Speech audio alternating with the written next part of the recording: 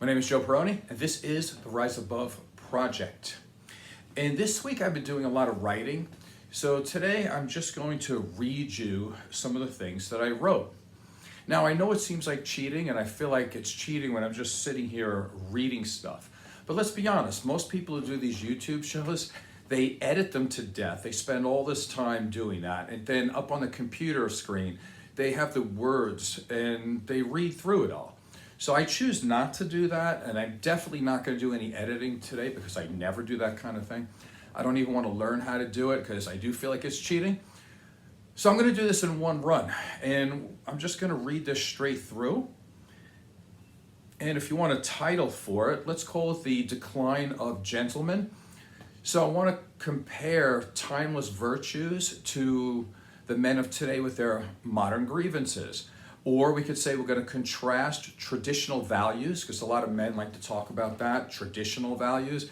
But they talk about traditional values in women, but they don't seem to talk about the traditional values of men. So, traditional values of manhood, and we're going to compare that to the contemporary attitudes of men. So, let's start. A real gentleman, as understood through the lens of great thinkers from Greek and Roman philosophy, as well as the samurai code, embodies a set of virtues that prioritize honor, integrity, and respect for others. Philosophers such as Aristotle emphasized virtues such as courage, temperance, and justice. A gentleman in this context is someone who strives for moral excellence, balances desires with rational thought, and acts justly towards others.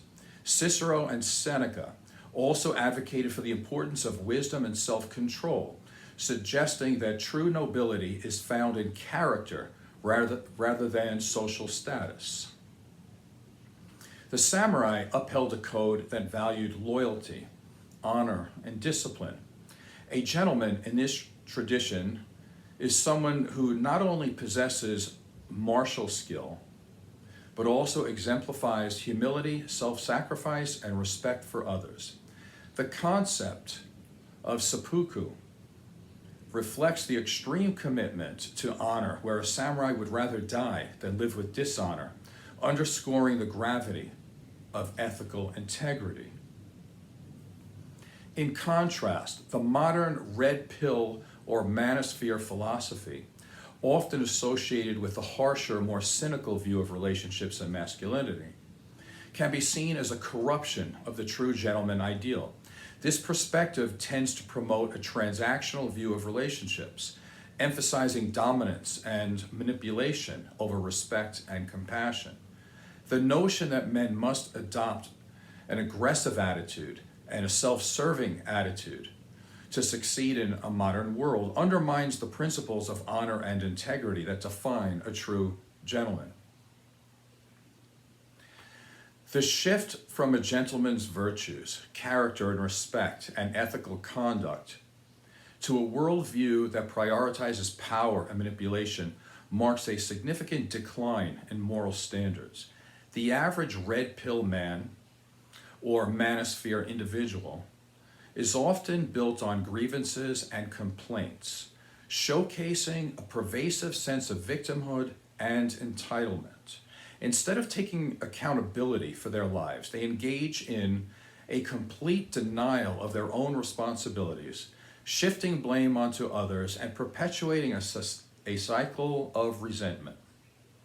This mentality not only fosters toxic behaviors, but also inhibits personal growth. By projecting their shortcomings onto society, they justify their failures rather than confronting them.